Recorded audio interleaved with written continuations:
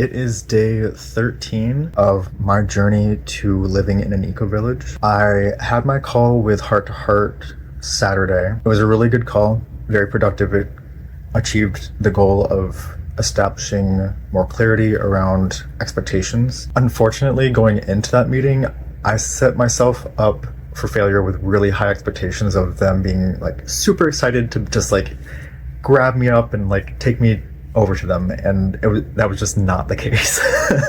It ended up being a great call though. One of the concerns that they had coming up was my background not being in farming or really have any background in intentional communities. So for them, the way they phrased it was, it would just be a huge risk and huge commitment to have somebody come from across the nation to then have to go through an onboarding process and do a bunch of training, and now is just not a time that would be available for them. However, given some time, and if I were to actually go visit different eco-villages and develop those skills, that would be a much easier conversation to have. So they told me like, it's not a no, it's just we want to make sure that those expectations are being met, or at least like that I'm going in that direction. As a disclaimer, this video is going to show a much more intimate side of myself. So specifically if you are friends and family who are not ready to embrace the more intimate sides of myself, this may not be for you.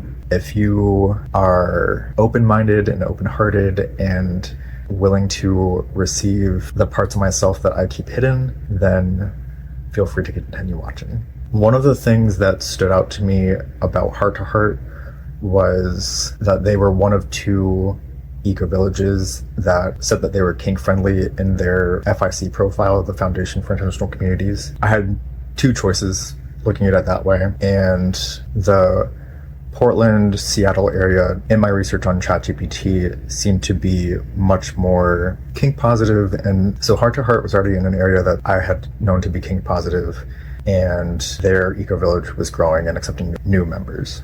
Because of this, in my initial conversation with them, I had a lot of questions about their culture around sex and their culture around kink, and I came across as very sex-centric. And when that was brought up in conversation, I almost felt embarrassed, and also like I know that I am a little bit more of a sexual person, as odd as that may sound, because I also have a lot of shame around sex. I'm learning though, the more that I open up about my kinks and the less traditional sides of myself, the more I see that people are pretty open to hearing about that and talking about that. So that's been a refreshing development in my life. Very similar to the support that I've received in talking about this journey as something that's just not traditional and purely pursuing my authenticity. So I am grateful to be at a point in my life where I can talk about these things, even though there's still that fear of judgment.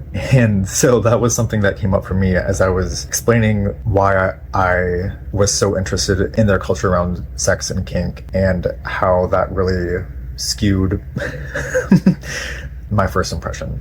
So grateful to have that call to kind of clear things up and really talk about where I was coming from and getting clear on expectations around that. Tyler, and I don't know who else was going out of town, but he's the person that I've primarily been in contact with. They are out of town for the week.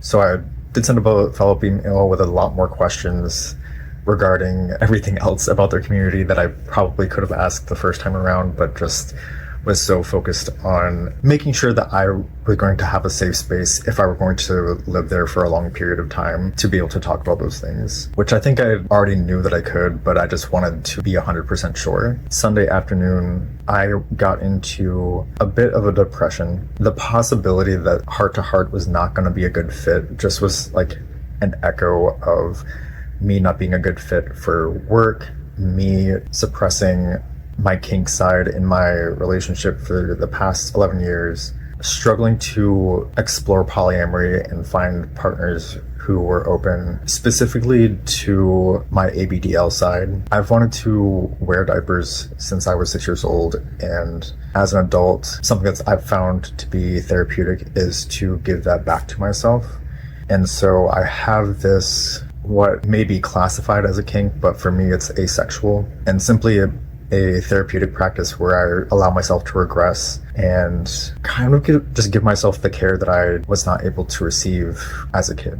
So I'm experiencing this depression that comes from a trauma of invalidation and a little bit of rejection. And Heart to Heart has a list of books that they recommend for people who do want to become members. I downloaded Audible and listened to I Hear You by Michael Sorensen while I was door dashing Sunday evening. And then today I listened to The Four Agreements. After reading those books, I felt so much lighter and so much more valued, even though I was giving that value to myself, because that is valid when you're able to love yourself, because really you're going to know how to love yourself best. And that topic was covered in both of those books. I Hear You talks about validation and how no matter what you're feeling, your feeling is valid. It may not be an energy that you want to operate out of, but that doesn't mean that that feeling isn't justified. And with the Four Agreements, thinking about how the true reality is that we are all connected through light and through this energy of love. And when we think of ourselves as one being and one entity, as the universe or as God, or however you want to see that, we find healing through fully loving and accepting each other and being in community with not only human beings, but also with nature and plants and animals. The way they describe it in the Four Agreements is that you're just feeling love from even inanimate objects, the furniture in your room. It's all there as a part of the universe to support your well-being. And in the same way, we want to honor what's around us and be respectful and not abusive to even, we can look at like drugs and alcohol as things that can radiate love to us when we're responsible with them. And we don't want to be abusive to the substances in nature. So after having listened to those books, I just felt a much stronger calling just to be completely transparent and clear in my authenticity. And that also reminded me too, and with the conversation that I had with Heart to Heart, I want to make sure that I am staying true to my mission, which is to create space for people to feel accepted so that they can find what fulfills them in life, so that they can feel love. Through love, find purpose. And for me, that looks like holding a space that is an intersection of sustainability and AI and kink, especially the ABDL community and pup play and other BDSM, role-playing games, personal development, as well as being intentional about food and fitness. It's important to me to be more proactive in sharing my mission so that people who are watching this vlog, people who I am communicating with, whether it's ecovillages or radical fairy circles, that they can be clear on what my mission is so that if they're aligned with that mission, then they can be an ally for me in my journey. If you have made it through this video, I feel accepted, I feel seen by you.